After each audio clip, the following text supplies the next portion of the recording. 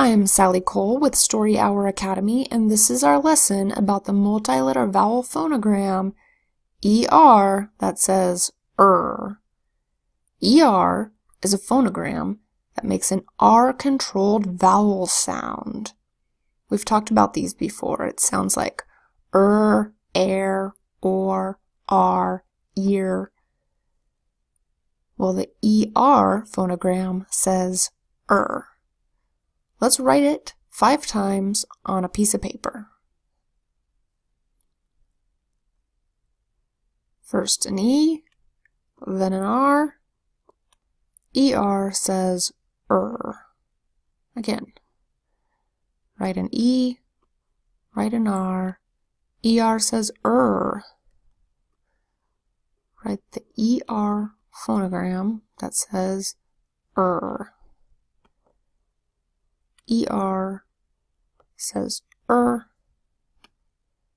more time.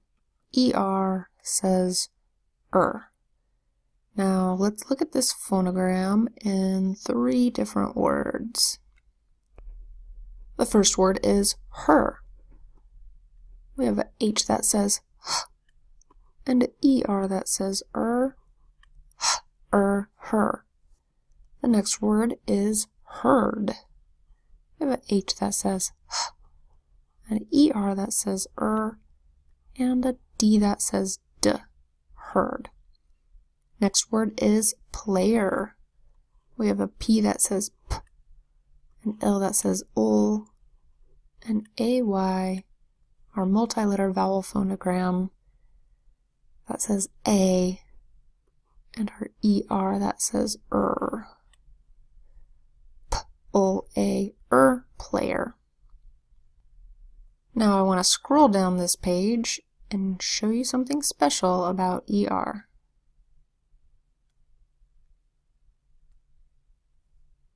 ER is not just a phonogram. ER is also a suffix that conveys meaning. So what is a suffix? Well, a suffix is when one or more letters is added to the end of a word to form a new word. So when ER is a suffix that's added to the end of the word, it can mean usually one of 3 things. It can mean one who, thing that, or more. So this will make sense when we look at a couple examples. So for one who, if we start with a word like play, we have a P that says P. I want you to write these down, the green part, okay? We have a P that says P, an L that says ul, AY that says A, P, ul, A, and then if we're going to add ER that says we're adding a suffix that conveys the meaning one who. And so this equals player, which means one who plays. Let's write out that whole word. P-O-A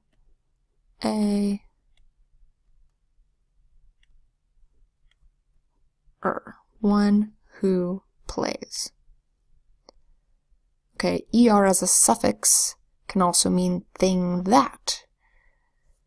So if we start with the word boil, here we have the B that says B,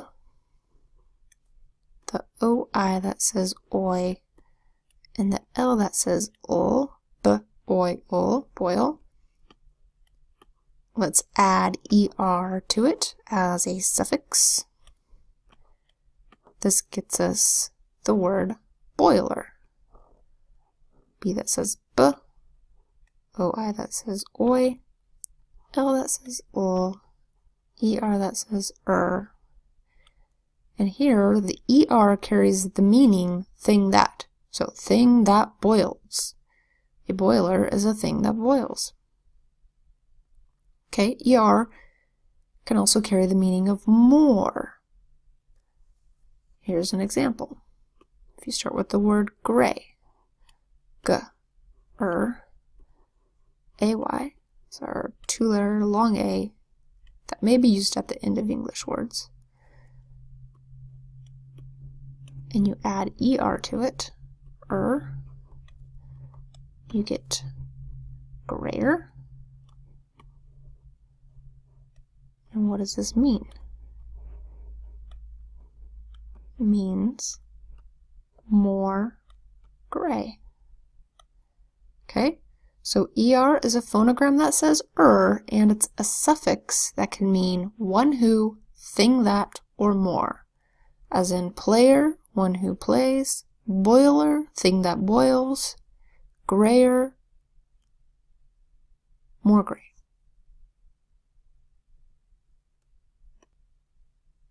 Now let's look at a couple exceptions where the letter E next to the letter R does not say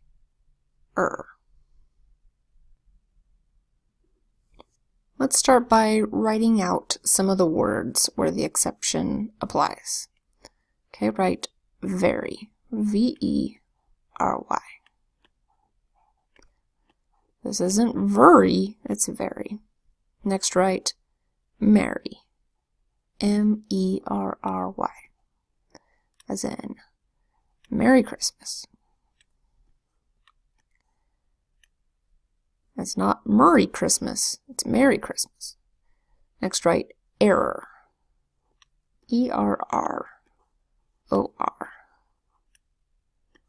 It's not error, it's error.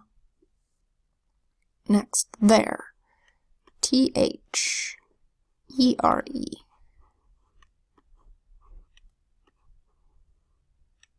It's not there, it's there.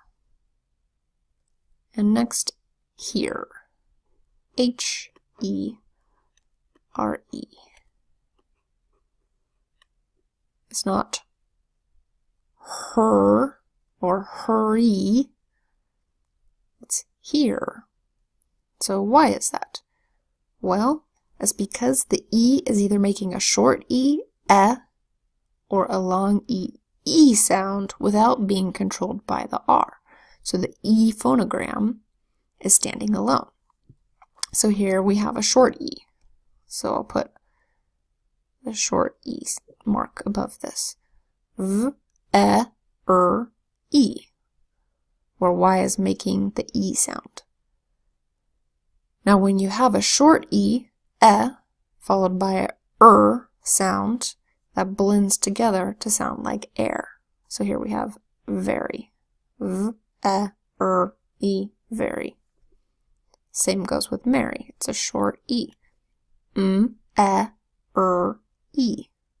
With the double R, you just say the sound once, and you end up with merry.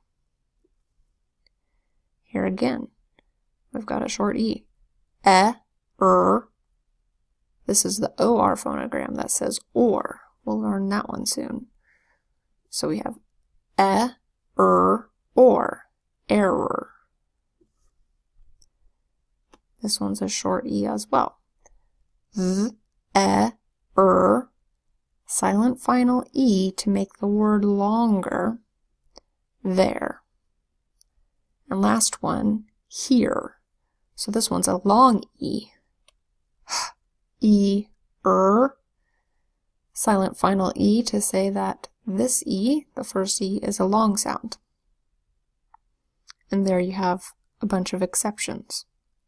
So almost always when you see ER at the beginning of a word, the E is standing alone and making either a short E, sound, or a long E sound.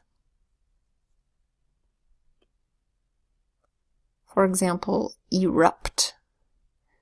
A volcano may erupt. This one is a long E sound.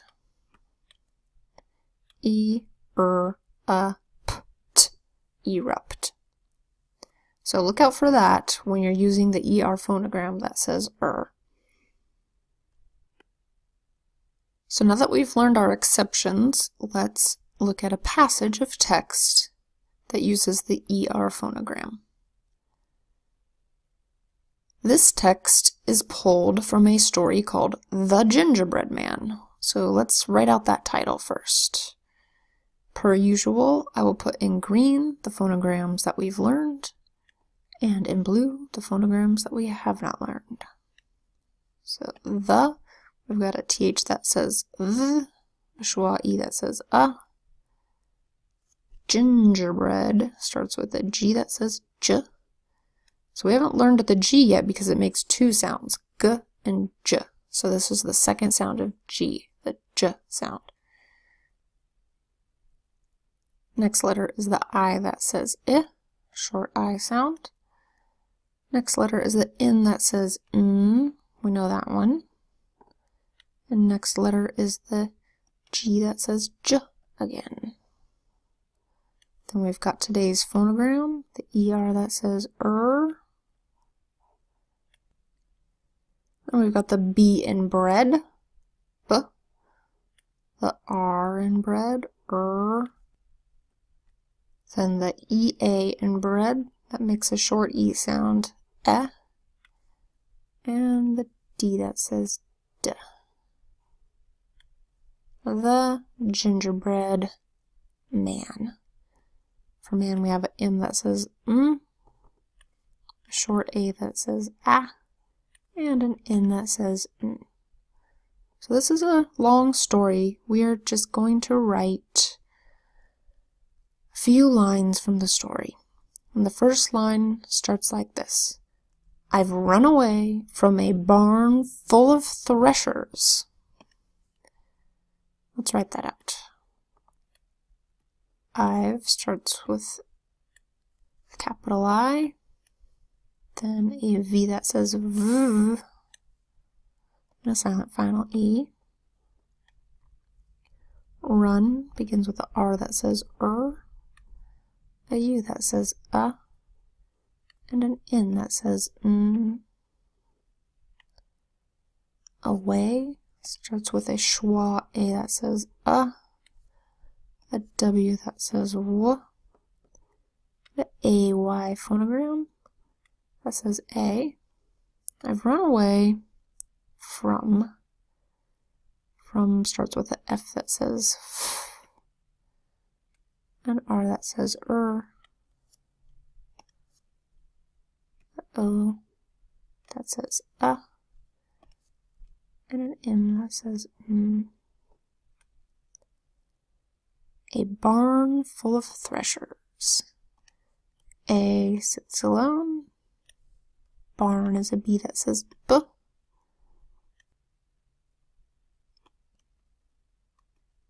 An AR that says R. An N that says N. Full of threshers.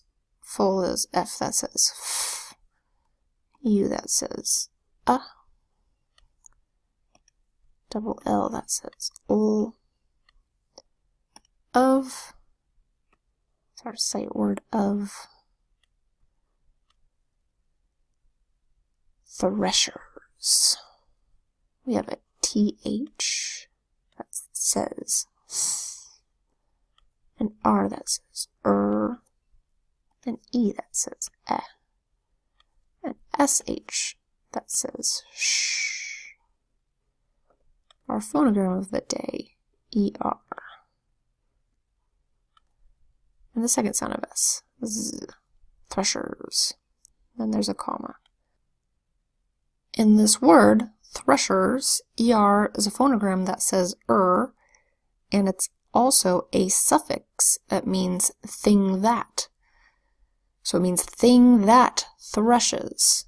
What does it mean to thresh? To thresh is to separate the grain from the plant. And so when our poor gingerbread man is running away from a barn full of threshers, he's running away from a bunch of machines. Now in the next line, it says, I've run away from a field full of mowers. So he's not just running away from threshers, he's running away from mowers. Poor guy. Let's write that out.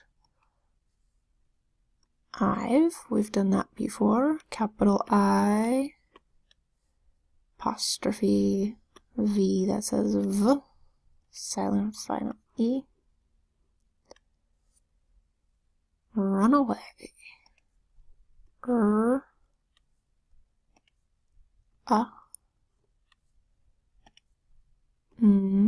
Run. Schwa a. W. AY, that says A.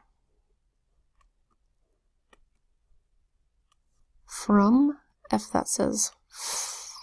R, that says O, that says M, that says A, that stands alone. Field. F, that says F. I-E, that says E. L, that says L. D, that says D. Full. F, that says F. U, that says LL, that says L. Our sight word of.